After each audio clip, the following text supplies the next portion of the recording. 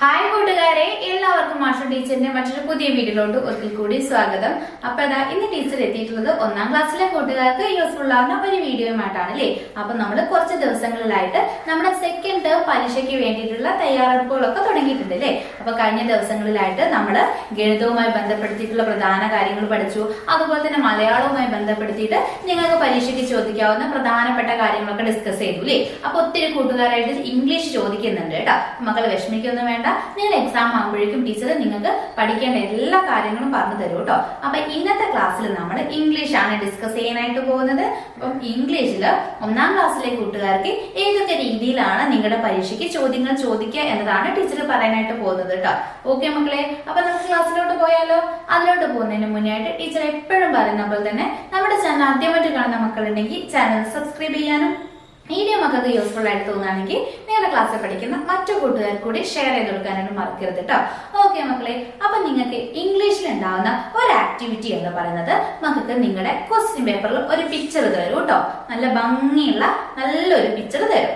എന്നിട്ട് മക്കളെടുത്ത് പറയും ആ ഒരു പിക്ചറിന് നിറം നൽകാനായിട്ട് പറയൂ കേട്ടോ. അങ്ങനെയുള്ളപ്പോ മക്കൾ എന്ത് കൊണ്ടുപോകണോ? നിങ്ങളുടെ എക്സാമിന് പോകുമ്പോൾ കളർ പെൻസിൽ നിർബന്ധമായിട്ടും കയ്യിൽ കരുതുക കേട്ടോ. എന്നിട്ട് ഏത് ചിത്രമാണോ തന്നിട്ടുള്ളത് അതിന് യോജിച്ച രീതിയിൽ എന്ത് ചെയ്യുക, ഒരു നിറം നൽകാനായിട്ട് മക്കള് മറക്കരുത് കേട്ടോ. നല്ല ഭംഗിയായിട്ട് തന്നെ നിറങ്ങളെല്ലാം കൊടുക്കുക കേട്ടോ. ഓക്കെ മക്കളെ, എന്നിട്ട് ആ ഒരു ചിത്രവുമായി ബന്ധപ്പെടുത്തിയിട്ടായിരിക്കും പിന്നീട് മക്കൾക്ക് ചോദ്യങ്ങൾ ഉണ്ടായിരിക്കുക കേട്ടോ. ഓക്കെ, മക്കൾക്ക് ഇപ്പൊ സ്ക്രീനിൽ ഒരു ചിത്രം കാണുന്നില്ലേ? എല്ലാവർക്കും കാണുന്നുണ്ടല്ലോ. അപ്പൊ അതുമായിട്ട് ബന്ധപ്പെടുത്തിയിട്ടാണ് മക്കൾക്ക് ഇനിയുള്ള ചോദ്യം. മക്കൾക്ക് ഇതുപോലെ ഒരു ചിത്രം തന്നിട്ട് ഈ ഒരു ചിത്രത്തിന് നിറം നൽകാനായിട്ട് പറയൂ കേട്ടോ. അപ്പൊ മക്കൾ ആദ്യം എന്ത് ചെയ്യണം? നിറം നൽകുക കേട്ടോ. എന്നിട്ട് നോക്കിക്കേ, ഈ ഒരു ചിത്രത്തിൽ എന്തൊക്കെയാണ് മക്കൾക്ക് കാണാനായിട്ട് പറ്റുന്നത്? എന്തൊക്കെയാണ്? ഒരു വീടുണ്ട് അല്ലെ. പിന്നെയോ വീടിന്റെ മുറ്റത്തുള്ള പൂന്തോട്ടത്തിൽ നിന്ന് ആര് കളിക്കുന്നുണ്ട്? കുറെ പപ്പീസ് കളിക്കുന്നുണ്ട് അല്ലേ. എത്ര പപ്പീസ് ഉണ്ട് മക്കളെ? 3 പപ്പീസ് കളിക്കുന്നുണ്ട് അല്ലേ. പിന്നെ എന്തൊക്കെയാണ് മക്കളെ ചിത്രത്തിൽ കാണുന്നത്? വലിയ മരങ്ങളുണ്ട് അല്ലേ. പിന്നെയോ ആ വീടിന്റെ മുറ്റത്തായിട്ട് എന്തുണ്ട്? ഒരു പോണ്ട് ഉണ്ട് അല്ലേ. ഒരു കുളം കാണുന്നുണ്ടോ? ഓക്കെ, കുളത്തിൽ ആരുണ്ട് മക്കളെ? ആരുണ്ട്? ഡക്ലിംഗ് ഉണ്ട് അല്ലേ. നമ്മുടെ താറാവും അതുപോലെ തന്നെ താറാവിന്റെ കുഞ്ഞുങ്ങളും എവിടെയുണ്ട്? കുളത്തിനടുത്ത് ഉണ്ട് അല്ലേ. അത് കഴിഞ്ഞിട്ട് ഒരു മരത്തിന്റെ മുകളിൽ ആരോ ഒരാള് കയറിയിരിപ്പുണ്ട്. ആരാന്ന് നോക്കിക്കേ. ആരാണ്? നമ്മുടെ പൂച്ചയാണ് മരത്തിന്റെ മുകളിൽ കയറിയിരിക്കുന്നത് അല്ലെ. ഇങ്ങനെ ഒരുപാട് കാര്യങ്ങൾ ഇവിടെ കൊടുത്തിട്ടുണ്ട്, ആ ഒരു പിക്ചറിൽ കൊടുത്തിട്ടുണ്ട് അല്ലെ. പിന്നെ മറ്റൊരു കാര്യം കൂടിയുണ്ട്. മരത്തിന്റെ സൈഡിലായിട്ട് മക്കൾ ഒരു പാറ കാണുന്നുണ്ടോ? ആ പാറയുടെ മുകളിൽ ആരാണ് കയറിയിരിക്കുന്നത് നോക്കിക്കേ. പച്ച നിറത്തിൽ ആരാണ് കയറിയിരിക്കുന്നത്? ഫ്രോഗ് ആണ് അല്ലെ. ഒരു തവള പാറയുടെ മുകളിൽ ഇരിക്കുന്നുണ്ട്. ഇങ്ങനെ ഒത്തിരി കാര്യങ്ങൾ നമുക്ക് തന്നിട്ടുള്ള പിക്ചറിലുണ്ടല്ലോ. ഓക്കെ മക്കളെ, ഇനി നോക്കിക്കേ, മക്കൾക്ക് ഇവിടെ കുറച്ച് സെന്റൻസ് തന്നിട്ടുണ്ട് കേട്ടോ. ഒരുപാട് സെന്റൻസ് തന്നിട്ടുണ്ട്. പക്ഷേ ഇതിലുള്ള കുറച്ച് വേർഡ്സ് ഒക്കെ എന്താണ്? മിസ്സിംഗ് ആണ് അല്ലേ. കുറച്ച് ഈ ഒരു സെന്റൻസിലെ കുറച്ച് ഭാഗങ്ങളൊക്കെ എന്താണ്? ബ്ലാങ്ക് ആയിട്ട് കിടക്കാണ്. അപ്പൊ മക്കൾ എന്ത് ചെയ്യണം? ആ ഒരു പിക്ചർ നോക്കിയിട്ട് തന്നിട്ടുള്ള സെന്റൻസ് വായിച്ചു നോക്കാം. എന്നിട്ട് എന്താണ് അവിടെ മിസ്സായി പോയത് എന്ന് കണ്ടെത്തിയിട്ട് എഴുതാനാണ് പറഞ്ഞിട്ടുള്ളത്. അപ്പൊ മക്കൾക്ക് അവിടെ ഫില്ല് ചെയ്യാനായിട്ട് ഹെൽപ്ഫുൾ ആവുന്ന രീതിയിൽ കുറച്ച് വേർഡ്സ് ഒക്കെ ഇതായിട്ട് കൊടുത്തിട്ടുണ്ട്. എന്തൊക്കെയാ നോക്കിക്കേ. Cat, frog, puppies, swimming. ഇങ്ങനെ 5 വേർഡ്സ് ഇവിടെ കൊടുത്തിട്ടുണ്ട്. അപ്പൊ ഈ ഒരു ബോക്സിലുള്ള ഇത്രയും വേർഡ്സ് ഉപയോഗിച്ചുകൊണ്ടാണ് മക്കൾ എന്ത് ചെയ്യേണ്ടത്? ആ തന്നിട്ടുള്ള സെന്റൻസ് ഫില്ല് ചെയ്യേണ്ടത് കേട്ടോ. അവിടെ വിട്ടുപോയിട്ടുള്ള ഭാഗം മക്കൾ പൂർത്തീകരിക്കേണ്ടത്. ഓക്കെ മക്കളെ, അപ്പൊ നമുക്ക് എന്ത് ചെയ്യാം? ഓരോ സെന്റൻസ് ആയിട്ട് വായിക്കാം. ഈ ഒരു സെന്റൻസ് വായിക്കുന്നതോടൊപ്പം മക്കൾ എന്ത് ചെയ്യണം? ആ ഒരു പിക്ചർ മനസ്സിലേക്ക് കൊണ്ടുവരിക കേട്ടോ. എങ്കിൽ മാത്രമേ നമുക്ക് കറക്റ്റ് ആയിട്ട് ഇവിടെ ഫില്ല് ചെയ്യാനായിട്ട് പറ്റുള്ളൂ. ഓക്കെ, അപ്പൊ നമുക്ക് ആദ്യത്തെ സെന്റൻസ് എന്താന്ന് നോക്കാം. നോക്കിക്കേ. The dash are playing in the garden. The dash are playing in the garden. അതായത് ഗാർഡനില് ആരൊക്കെയോ കളിക്കുന്നുണ്ട്. ആരൊക്കെയാണ് മക്കളെ കളിക്കുന്നത്? ആരൊക്കെയായിരുന്നു കളിച്ചിട്ടുണ്ടായിരുന്നത്? ആരൊക്കെയാണ്? ഓർക്കുന്നുണ്ടോ? നമ്മുടെ പപ്പീസ് ആണല്ലേ. പപ്പീസ് ആയിരുന്നു ആ ഒരു ഗാർഡനിൽ കളിച്ചുകൊണ്ടിരുന്നത്. അപ്പൊ മക്കൾ ഇവിടെ എന്തെഴുതണം? പപ്പീസ് എന്ന് വേണം എഴുതി ചേർക്കാനായിട്ട്. മക്കൾക്ക് മനസ്സിലായോ എങ്ങനെയാണ് ഈ ഒരു ആക്ടിവിറ്റി ചെയ്യാന്നുള്ളത്? അപ്പം ഈ ഒരു സെന്റൻസിൽ ഇവിടെ നമ്മൾ എന്ത് ചേർക്കണം? പപ്പീസ് എന്ന് ചേർക്കണം കേട്ടോ. നമ്മുടെ ഈ ഒരു തന്നിട്ടുള്ള ബോക്സിൽ ഉണ്ട് കേട്ടോ. അപ്പൊ അതൊന്ന് ജസ്റ്റ് മക്കള് സെലക്ട് ചെയ്ത് എഴുതിയാൽ മാത്രം മതി കേട്ടോ. എന്താണ് ഇവിടെ ചേർക്കേണ്ടത്? പപ്പീസ്. ഓക്കെ, അപ്പൊ നമുക്ക് ഈ ഒരു സെന്റൻസ് വായിച്ചു നോക്കാം. The puppies are playing in the garden. The puppies are playing in the garden. Okay മക്കളെ, ഇനി സെക്കൻഡ് സെന്റൻസ് നോക്കിക്കേ. A dash is sitting on the rock. A dash is sitting on the rock. Rock എന്ന് പറഞ്ഞാൽ എന്താണ് മക്കളെ? എല്ലാ കൂട്ടുകാർക്കും അറിയാലേ എന്താണ്? പാറയ്ക്കാണ് നമ്മൾ റോക്ക് എന്ന് പറയാ അല്ലെ? ആരായിരുന്നു മക്കളെ നമുക്ക് തന്നിട്ടുള്ള ആ ഒരു പിക്ചറിൽ പാറയുടെ മുകളിൽ കയറിയിരുന്നത്? ആരായിരുന്നു മക്കൾ ഓർക്കുന്നില്ലേ? ആരാണ്? നമ്മുടെ ഫ്രോഗ് ആണല്ലേ, തവളയായിരുന്നു പാറയുടെ പുറത്ത് കയറിയിട്ടുണ്ടായിരുന്നത്. അപ്പൊ നമ്മൾ എന്ത് ചെയ്യണം? ഈ തന്നിട്ടുള്ള ബോക്സിൽ എവിടെയാണ് ഫ്രോഗ് എന്നുള്ള വേർഡ് കണ്ടെത്തണം. നോക്കിക്കേ, ഏതാണ്? ഇതാണ് അല്ലെ ഫ്രോഗ്. അപ്പൊ നമ്മൾ ഇവിടെ എന്ത് ഫില്ല് ചെയ്യണം? ഫ്രോഗ് എന്ന് വേണം ഫില്ല് ചെയ്യാനായിട്ട്. ഓക്കെ മക്കളെ, അപ്പൊ ഒന്ന് വായിച്ചു നോക്കിക്കേ. A frog is sitting on the rock. A frog is sitting on the rock. കിട്ടിയോ? അപ്പൊ നമ്മൾ രണ്ട് സെന്റൻസ് കറക്റ്റ് ആക്കി എഴുതിയില്ലേ? ഓക്കെ മക്കളെ, ഇനി നമുക്ക് മൂന്നാമത്തെ സെന്റൻസ് എന്താന്ന് നോക്കാം. അതിലോട്ട് പോകുന്നതിന് മുന്നേ ആയിട്ട് എന്ത് ചെയ്യാം? എല്ലാ കൂട്ടുകാരും പെട്ടെന്നൊന്ന് വീഡിയോ ലൈക്ക് ചെയ്തേക്കണേ. നോക്കിക്കേ, ducklings are dash in the pond. Ducklings are dash in the pond. അതായത് ducklings എന്ന് പറയുന്നത് ആരെയാണ്? ആരുടെ കുഞ്ഞിനെയാണ് ഡക്ലിംഗ് എന്ന് പറയാ? നമ്മുടെ ഡക്കിന്റെ കുഞ്ഞാണ് അല്ലെ, നമ്മുടെ താറാവിന്റെ കുഞ്ഞിനെയാണ് നമ്മൾ എന്തെന്ന് പറയാ? ഡക്ലിംഗ് എന്ന് പറയുന്നത്. നമ്മുടെ താറാവിന്റെ കുഞ്ഞുങ്ങള് കുളത്തിൽ എന്ത് ചെയ്തുകൊണ്ടിരിക്കുകയായിരുന്നു? നീന്തിക്കൊണ്ടിരിക്കുകയായിരുന്നു അല്ലേ?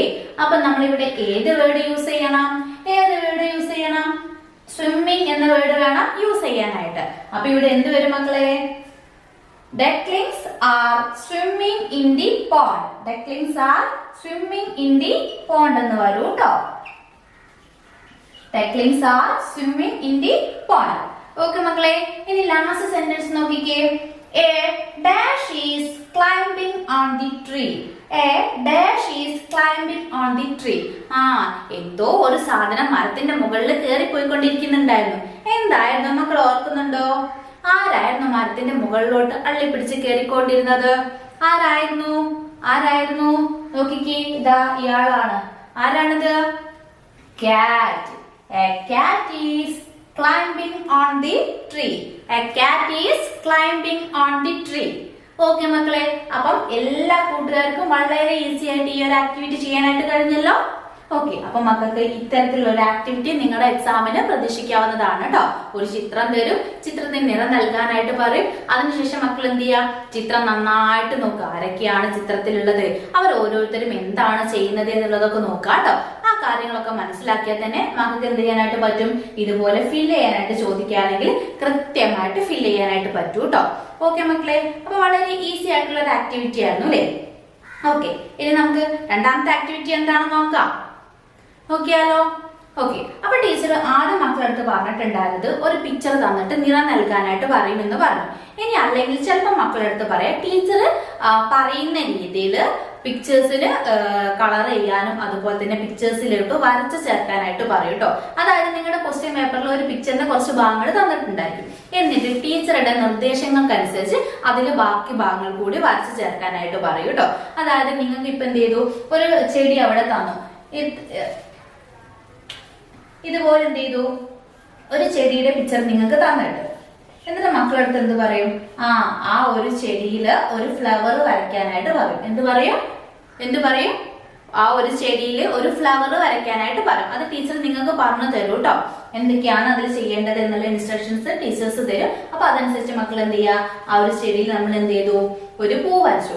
അതിനുശേഷം പറയും ആ ഒരു പൂവിന് റെഡ് കളർ കൊടുക്കാനായിട്ട് പറയും. അല്ലെങ്കിൽ ടീച്ചർ ഏത് നിറമാണോ പറയുന്നത് ആ കളർ എന്ത് ചെയ്യാ മക്കള്?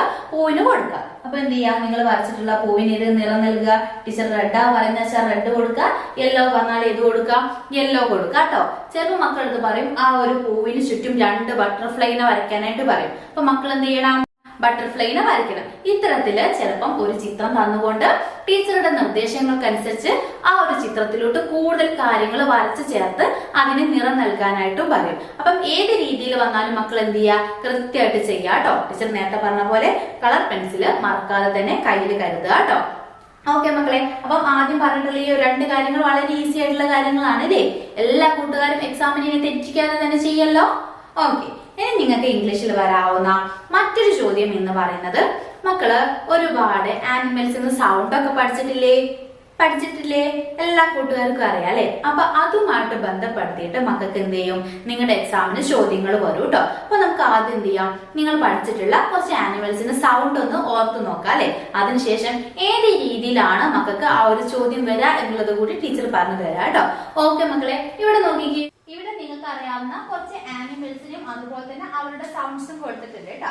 അപ്പം ഇത്രയും ഈ തന്നിട്ടുള്ള ആനിമൽസിന്റെ പേരുകളും അവരുടെ സൗണ്ട്സ് എങ്കിലും മക്കൾ മിനിമം നിങ്ങളുടെ എക്സാമിന് പോകുന്നതിന് മുന്നേ ആയിട്ട് പഠിക്കുക കേട്ടോ. ഓക്കെ മക്കളെ, നോക്കിക്കേ. ആദ്യം തന്നിട്ടുള്ള ആളാരും നോക്കിക്കേ, ഡോഗ് ആണ് അല്ലെ? ഡോഗിന്റെ സൗണ്ട് ഏതാണ്? അത് ഒരുവിധം എല്ലാ കൂട്ടുകാർക്കും അറിയാവുന്നതാണ് അല്ലെ? ഏതാണ്? ബൗ ബൗ ആണ് അല്ലെ? Dog bow bow. അടുത്തത് ഏതാണ്? കാറ്റ് ആണ് അല്ലെ? കാറ്റിന്റെതും എല്ലാ കൂട്ടുകാർക്കും അറിയാവുന്ന ഒന്നാണ്. ഏതാണ്? മ്യാവ് മ്യാവ് എന്നതാണ് അല്ലെ? അടുത്ത നോക്കിക്കേ മക്കളെ, ഫ്രോഗ്. ഫ്രോഗിന്റെത് ഏതാണ്? ക്രോക്ക് ക്രോക്ക് എന്നതാണ് കേട്ടോ. ഏതാണ്? ക്രോക്ക് ക്രോക്ക് എന്നതാണ് ഫ്രോഗിന്റെത്. അടുത്ത നോക്കിക്കേ മക്കളെ, ഹണി ബി. ഹണി ബീന്റേത് ഏതാണ്? എന്നതാണ് അല്ലെ? ഹണി ബീയുടേത്. അടുത്ത നോക്കിക്കേ മക്കളെ, മൗസ് ആണ്. മൗസിന്റെ സൗണ്ട് എന്താ നോക്കിക്കേ, പിപ് പിപ് പിപ് പിപ് എന്നതാണ് അല്ലെ?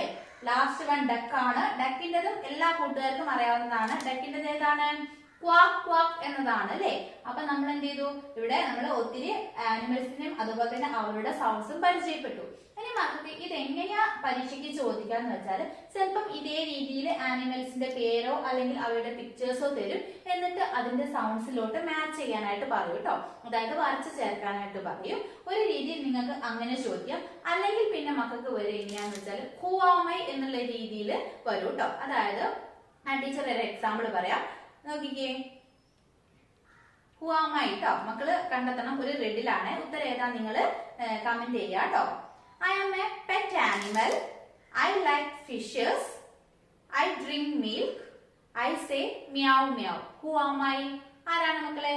എന്താണ് ചോദ്യം? I am a pet animal അല്ലേ? ഞാനൊരു പെറ്റ് ആനിമൽ ആണ്. ഞാനൊരു വളർത്തു മൃഗാണ്. I like fishes. I like milk. I say meow meow അല്ലേ? എനിക്ക് എന്ത് ഇഷ്ടമാണ്? മീൻ ഇഷ്ടമാണ്. അതുപോലെ തന്നെ മിൽക്ക് ഇഷ്ടമാണ്. അതുപോലെ ഞാൻ എന്ത് പറയൂ? ഞാൻ എന്ത് സൗണ്ട് ഉണ്ടാക്കും? മിയാവ് മിയാവ് എന്ന് പറയുന്ന സൗണ്ട് ഉണ്ടാക്കും അല്ലെ? അപ്പൊ ഏതാണ് മക്കളെ ആനിമല്? ഏതാണ്? കാറ്റ് ആണ് ആനിമൽ അല്ലേ? അപ്പൊ അതേ രീതിയിൽ മക്കൾക്ക് എന്ത് ചെയ്യും, ഹുവാമൈ എന്ന് പറയുന്ന ഒരു ആക്ടിവിറ്റി തരും കേട്ടോ. അപ്പൊ അതില് നിങ്ങൾക്ക് ആദ്യം ഇപ്പൊ ടീച്ചർ പറഞ്ഞ പോലെ എന്ത് ചെയ്യും, കുറച്ച് ക്ലൂസ് ഒക്കെ തന്നിട്ട് അതിന്റെ ഉത്തരം കണ്ടെത്താനായിട്ട് പറയും. അല്ലെങ്കിൽ ചിലപ്പോൾ മക്കൾക്ക് എന്ത് തരും, ഏതെങ്കിലും ഒരു ആനിമലിന്റെയോ ബേർഡിന്റെയോ പിക്ചർ തരും. അല്ലെങ്കിൽ പേര് തന്നിട്ട് അതിന് യൂസ്ഫുൾ അതിന് യോജിക്കുന്ന രീതിയിൽ മക്കളെടുത്ത് ഇതുപോലെ റിഡില് എഴുതാനായിട്ട് പറയൂ കേട്ടോ. അപ്പൊ നമുക്ക് നോക്കാം. നമുക്ക് ഡക്കിനെ തന്നു, ഡക്കിന്റെ ഒരു പിക്ചർ തന്നു, എന്നിട്ട് അതിനെ കുറിച്ചിട്ട് മക്കളെടുത്ത് എഴുതാനാണ് പറഞ്ഞിട്ടുള്ളത്. അപ്പൊ നമുക്ക് എന്തൊക്കെ കാര്യങ്ങൾ എഴുതാം? ഐ ആം എ ബേർഡ് എന്ന് എഴുതാം അല്ലെ? ഐ ആം എ ബേർഡ് എന്താണ്? ഞാനൊരു പക്ഷിയാണെന്ന് എഴുതാം അല്ലെ? പിന്നെ എന്തൊക്കെയാണ് നമ്മുടെ ഡക്കിന് പറ്റുക? നമ്മുടെ ഒന്നാമത്തെ ആക്ടിവിറ്റിയിൽ പറഞ്ഞിട്ടുണ്ടായിരുന്നു അല്ലെ? നമ്മുടെ ഡക്ലിങ്സ് അല്ലെ, താറാവ് കുഞ്ഞുങ്ങൾ എന്ത് ചെയ്യായിരുന്നു? കുളത്തിൽ എന്ത് ചെയ്തുകൊണ്ടിരിക്കുകയായിരുന്നു? നീന്തിക്കൊണ്ടിരിക്കുകയായിരുന്നു അല്ലെ? അപ്പൊ നമുക്ക് ഇവിടെ എന്ത് പറയാം? ഐ ക്യാൻ സ്വിം എന്ന് പറയാം അല്ലെ? I am a bird, I can swim. എനിക്ക് എന്ത് ചെയ്യാൻ പറ്റും? നീന്താനായിട്ട് പറ്റും അല്ലെ? പിന്നെ നമുക്ക് എന്ത് പറയാം? ഐ സേ ക്വാക്ക് ക്വാക്ക് അല്ലെ? I say quack quack. അപ്പം അവിടെ ആ ഒരു കാര്യം എഴുതണമെങ്കിൽ മക്കൾക്ക് എന്തറിഞ്ഞിരിക്കണം? നമ്മുടെ ഡക്കിന്റെ സൗണ്ട് ഏതാണെന്ന് അറിഞ്ഞിരിക്കണ്ടേ? ഐ സേ ക്വാക്ക് ക്വാക്ക് എന്ന് പറയുമ്പോൾ ആ ഒരു ക്ലൂ കിട്ടുമ്പോൾ തന്നെ നിങ്ങൾക്ക് ഉത്തരം കണ്ടെത്താനായിട്ട് പറ്റില്ലേ? ഏതാണ് ആനിമൽ എന്ന് കണ്ടെത്താനായിട്ട് പറ്റില്ലേ?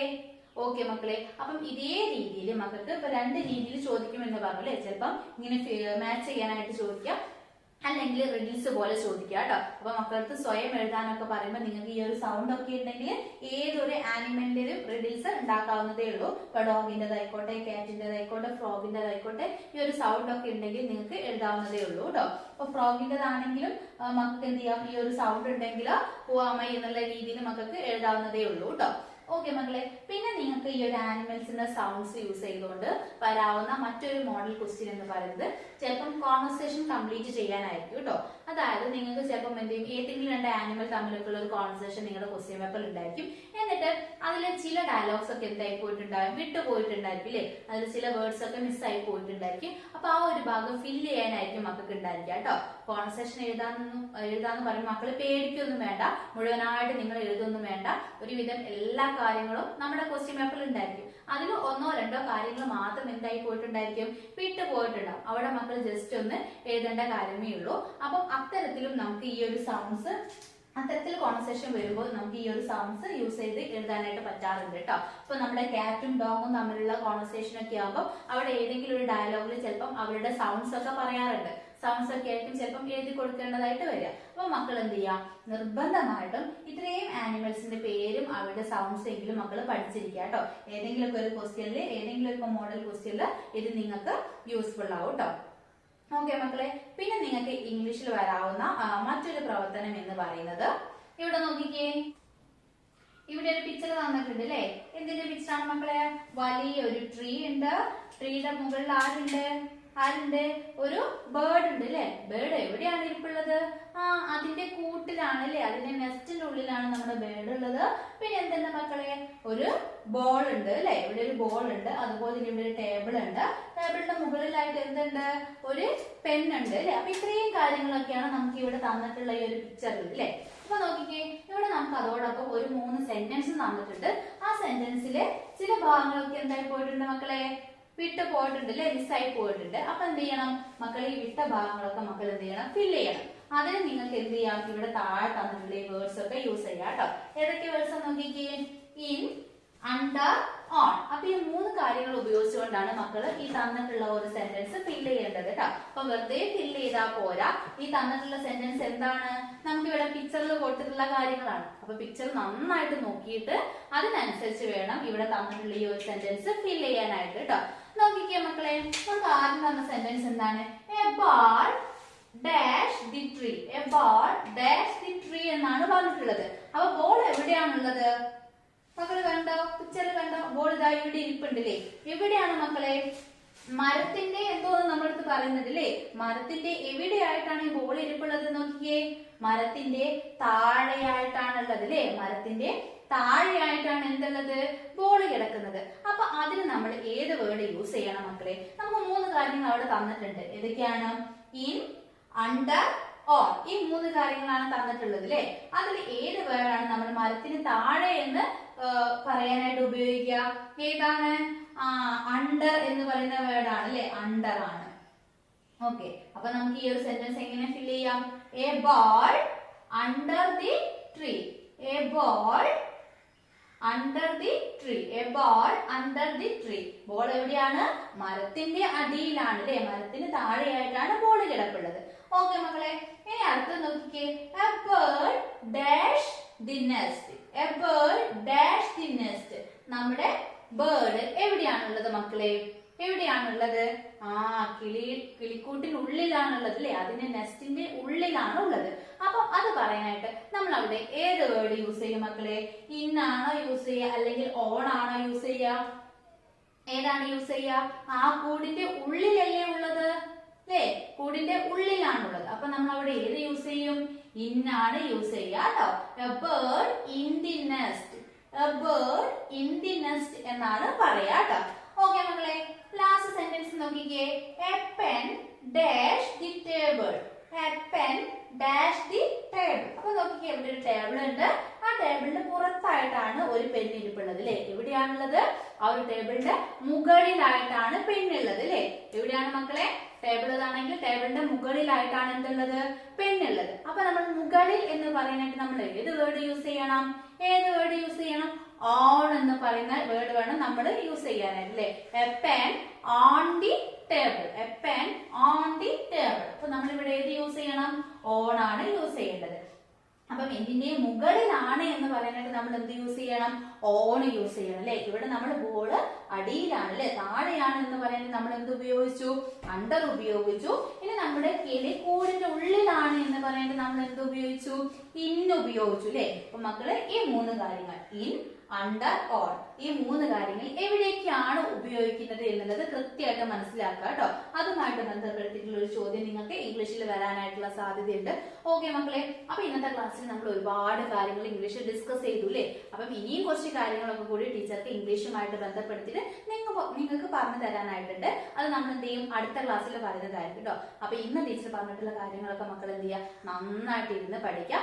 ഒട്ടും തന്നെ പേടിക്കേണ്ട കേട്ടോ. ഇനിയും നമുക്ക് പഠിക്കാനുള്ള സമയമൊക്കെ നമ്മുടെ മുന്നിലുണ്ട്. അപ്പൊ മക്കൾ എന്ത് ചെയ്യുക? വേഗം തന്നെ നന്നായിട്ട് നിങ്ങളുടെ എക്സാമിന് വേണ്ടിയിട്ട് തയ്യാറെടുക്കുക കേട്ടോ. ഓക്കെ മക്കളെ, അപ്പൊ ഇന്നത്തെ വീഡിയോ യൂസ്ഫുൾ ആയിട്ടുണ്ടോ? ഉണ്ടെങ്കിൽ എന്ത് ചെയ്യുക? കാര്യം നമ്മുടെ കമന്റ് ബോക്സിൽ പറയാം കേട്ടോ. മറ്റൊരു പുതിയ വീഡിയോ നമുക്ക് വീണ്ടും കാണാം.